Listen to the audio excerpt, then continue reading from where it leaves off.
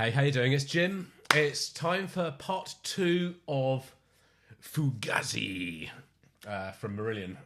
The record I started listening to. We've done the first 4 songs: Assassin, Punch and Judy, Jigsaw, and Emerald Lies. I'm enjoying it. I'm struggling a little bit with the dated 80s sound of the drums, and that's kind of the.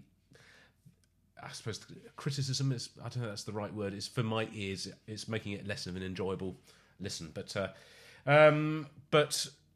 from a song compositional point of view and musicianship point of view and all the rest of it, it's very, very good. It sounds very different from Hogarth era Marillion. Steve Rothery's guitar is immense on here. It is sounding. When I first heard Netherland, that kind of woke me up to this incredible guitar player that I didn't know existed. And so far, he's shined on 2 or 3 occasions. He's literally on just side 1 of this. His guitar, it's sort of David Gilmour-esque in places. It's quite amazing. It's lovely. So we've got 3 more songs to do. We've got side 2. This is She Chameleon, Incubus, and the title song Fugazi. I don't know this album at all, I should point out, but that's probably obvious. Let's make sure we've got quick time going. Everything's recording. Let's crack on. So, I have to say, I must apologise about my the sound of my voice. I've got quite a heavy cold, so I'm a bit sort of sniffy and bunged up. Anyway, let's go. 3, 2, 1.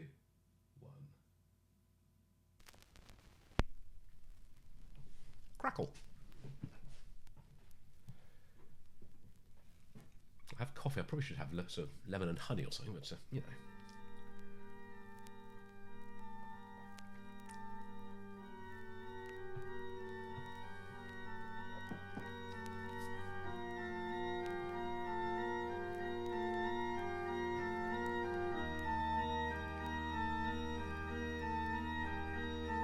Sheltering her ego on the edge of the floodlands arc, she'll contemplate seduction, she'll calculate the catch.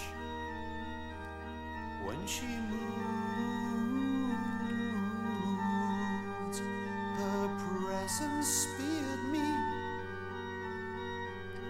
When she spoke, her words ensnared me. Watch the lizard. Watch the lizard. Watch the lizard with the crimson veil.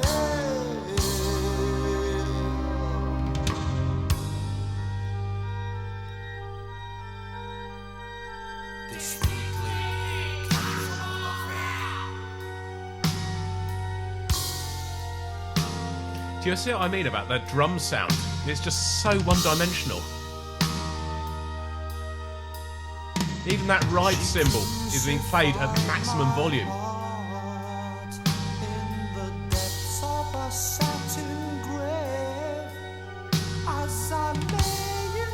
There's no dynamic in it at all.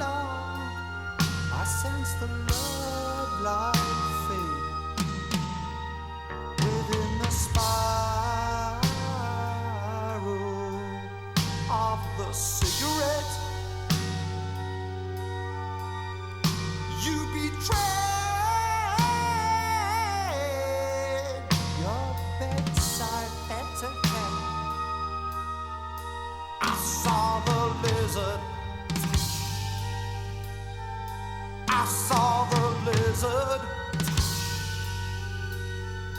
I touched the lizard with the crimson veil.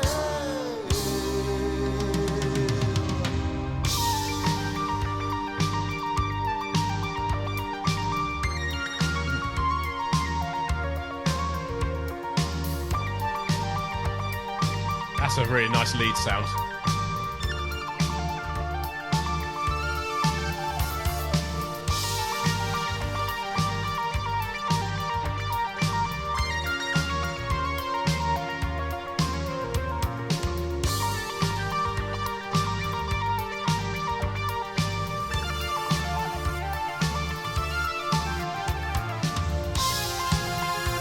I hadn't quite sort of appreciated how big a part keyboards and synths were in the Marillion sound.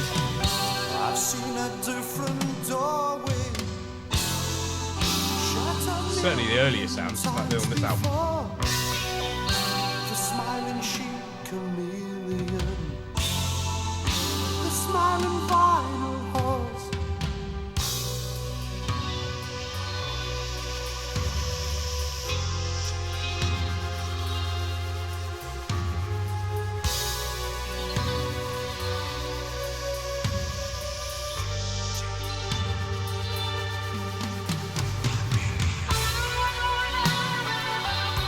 Go, Mr. Rothery.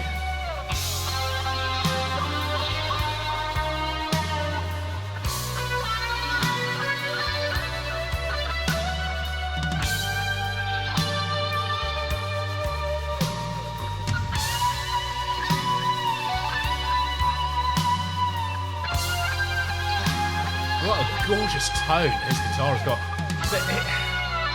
I wish they could re-record this with natural drums.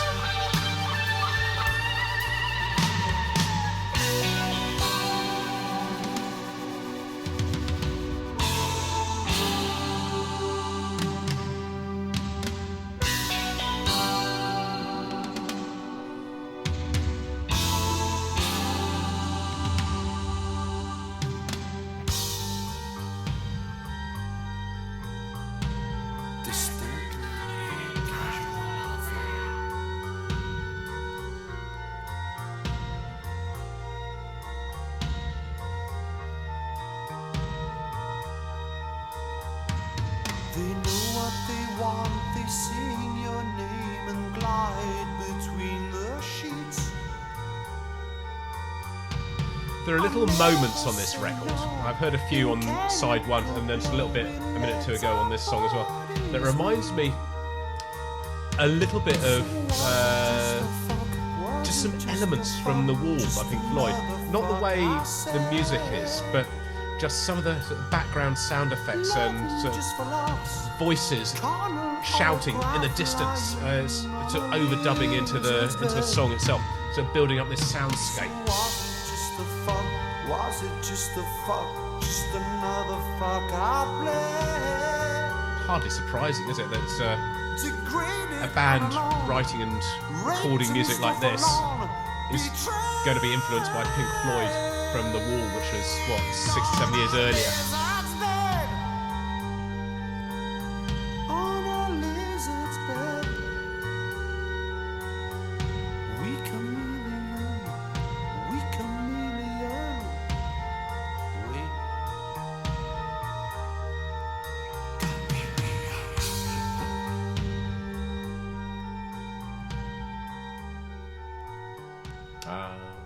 The fade out. My least favourite way to end a song. So we now move on to Incubus, not the band.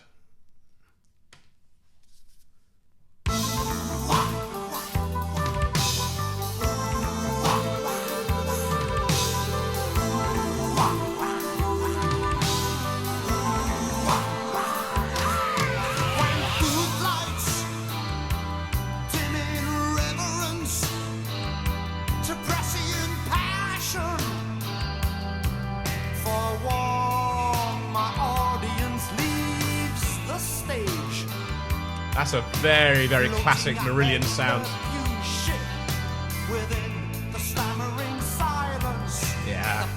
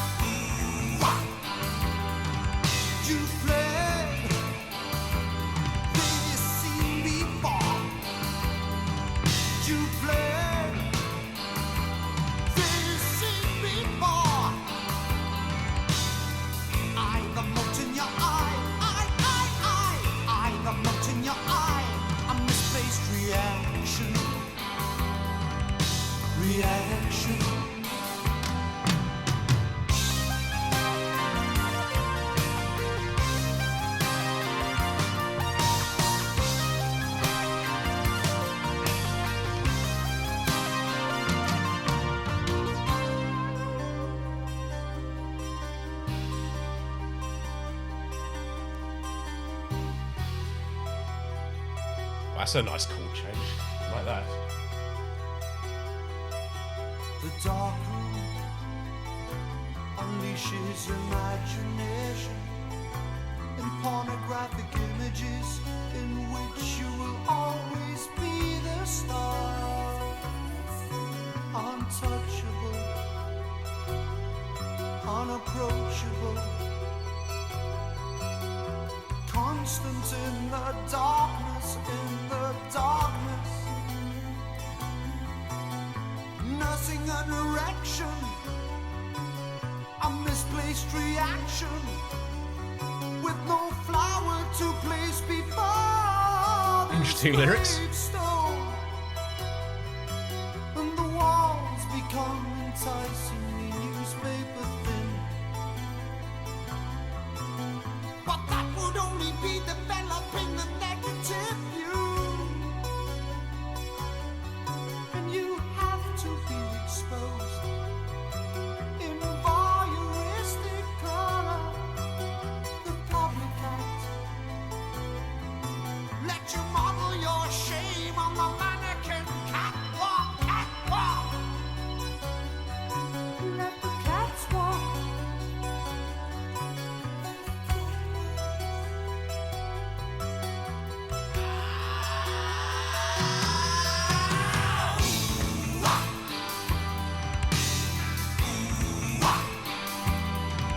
I've played this scene before.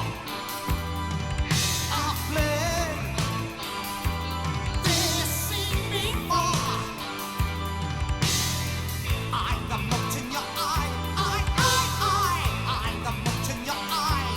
A misplaced reaction, satisfaction.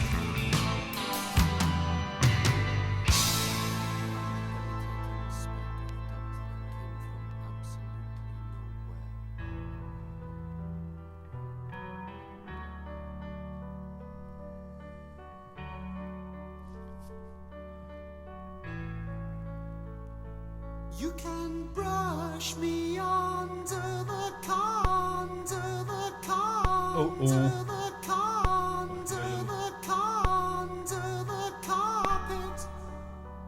You can't hide me under. I think we got away with it. The Proves it's live. custodian of your private fears. Your leading actor of yesteryear. Who is you crawled out of the alleys of obscurity, sentenced to rejection in the morass of anonymity? You who I directed with a lover's will. You who I let hypnotize the lens. You who I let bathe in the spotlight's glare. You who wipe me from your memory like a grease paint mask. Just like a grease paint mask.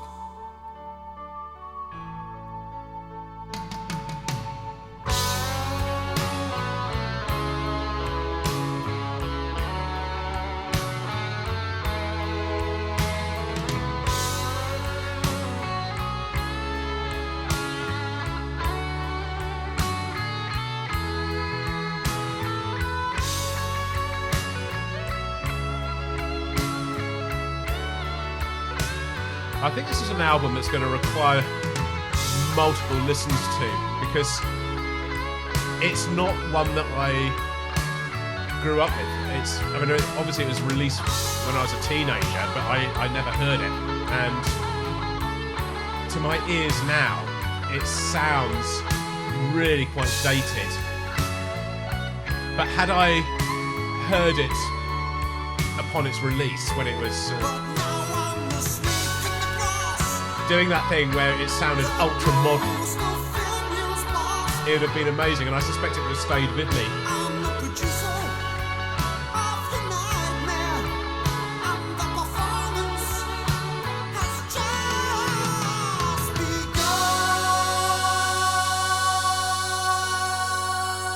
find that, don't you? Things that's just sort of absolute state of the art and brand new and innovative and sort of completely outside the realms of anything that's come before sound dated so quickly. It's just some of the sound choices on Mark Kelly's keyboards as well. The DX7 is very, very rooted in the mid-1980s.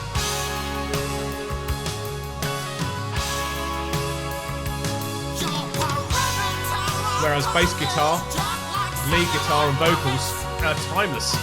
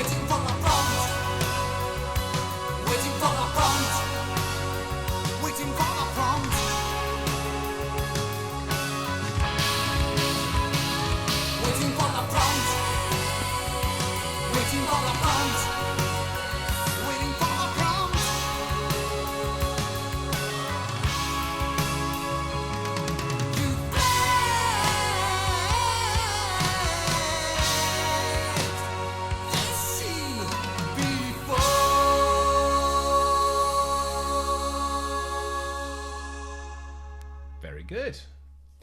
I'm not dissing this music at all. It may come across that I'm not appreciating. I am so not. I really am enjoying this. I think, as I say, musically and compositionally, this is brilliant stuff. The lyrics are astonishing.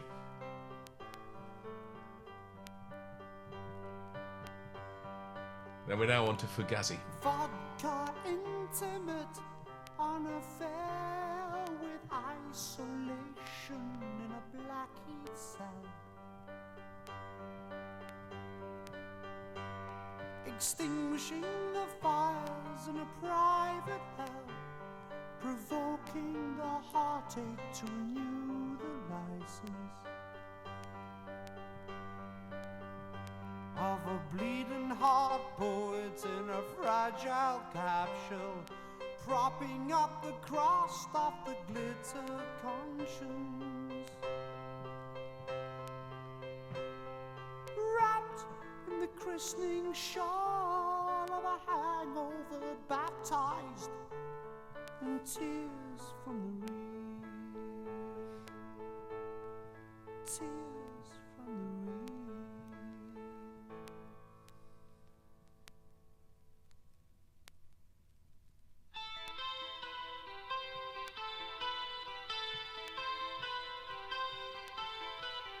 Drowning in the liquid seas on the Piccadilly line, rat race, scuttling through the damp electric labyrinth.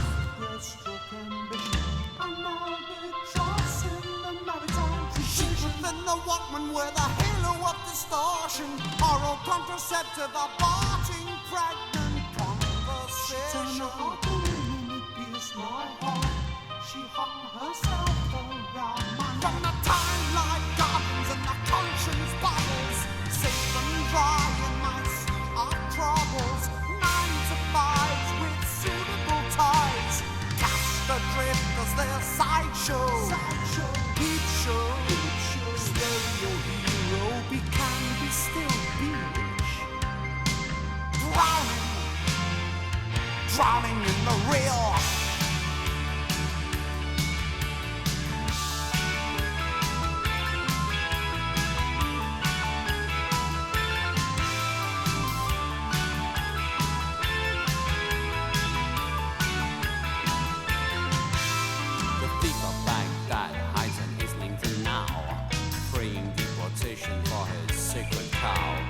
Legacy of romance from a twilight world, the diary of a relative mystery gal.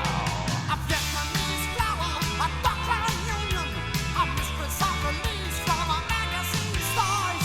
Magdalene's contract more than favors, the feeding hands of Western promise hold her by the throat.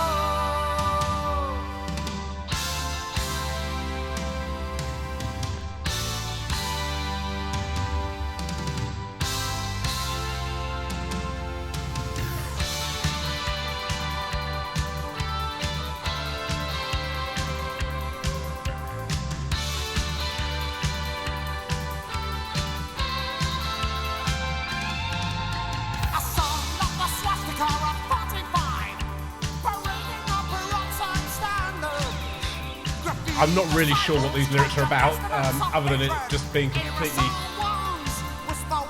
talking about places in London and people in these places. I need to look at them separately.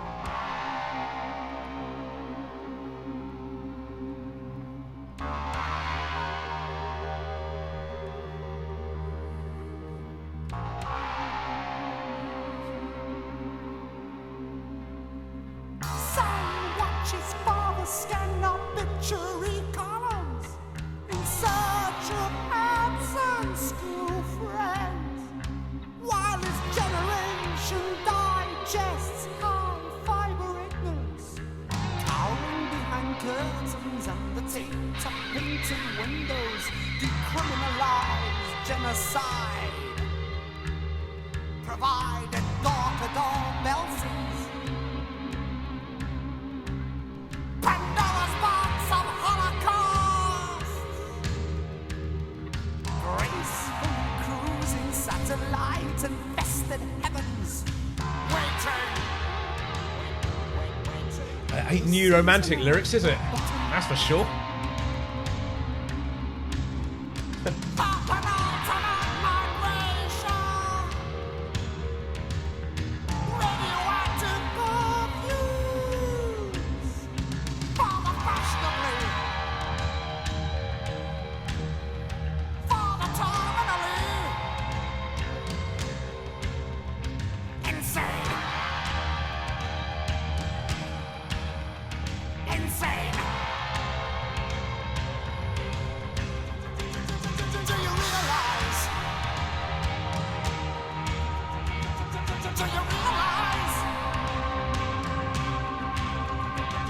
Do you realize this world is totally Fugazi?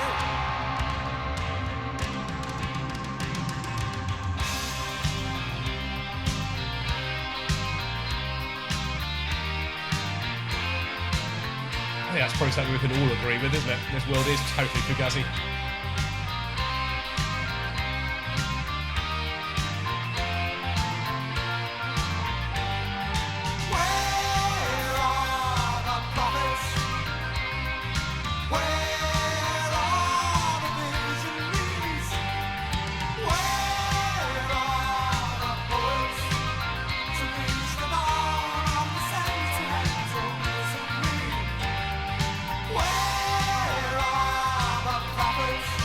They are their fish. We just haven't looked for them.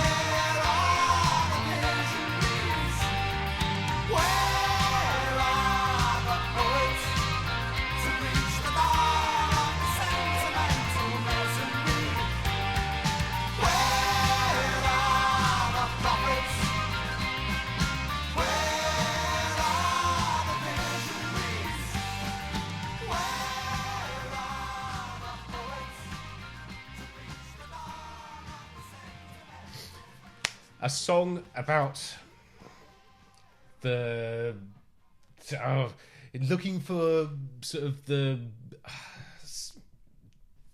people to sort of elevate life from the mundane and the capitalism and from the sort of just the crap and everything, just the awfulness, the worst side of sort of human nature into something more beautiful and majestic. Hold on a second.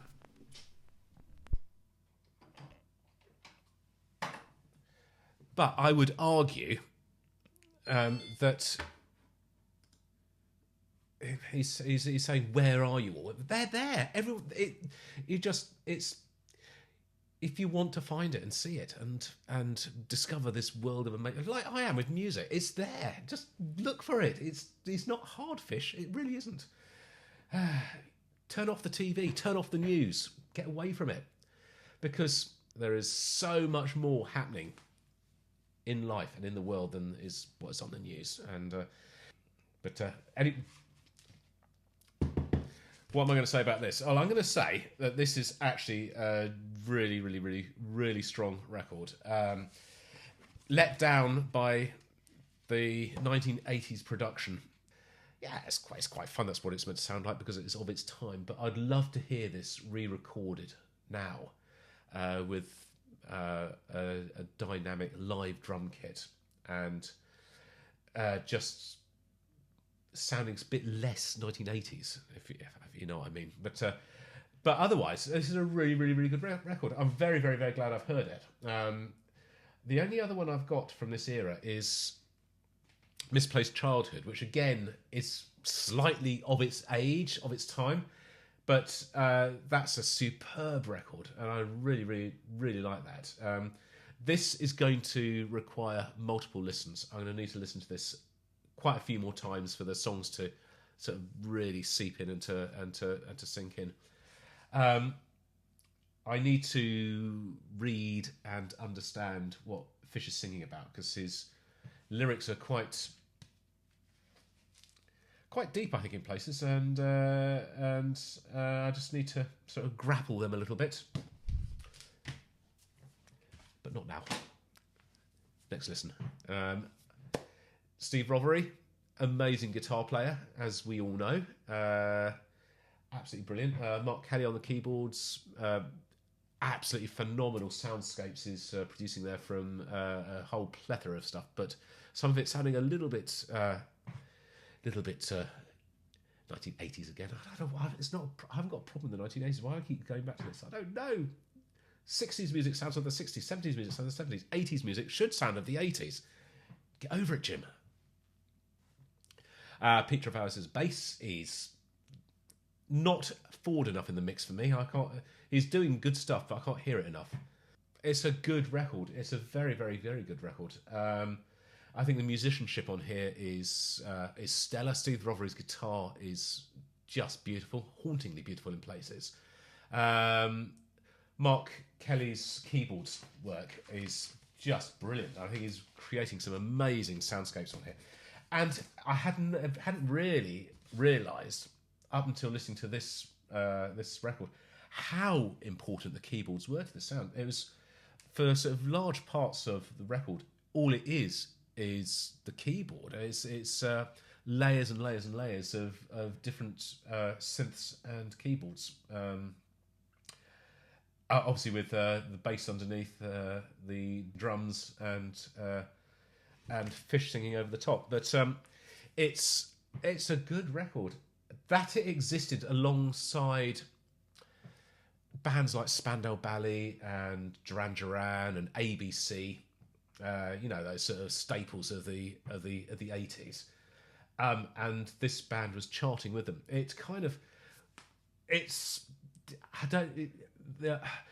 How was this received by the sort of the pop listening general public at the time? I don't know, because it's really quite different. It's really quite different.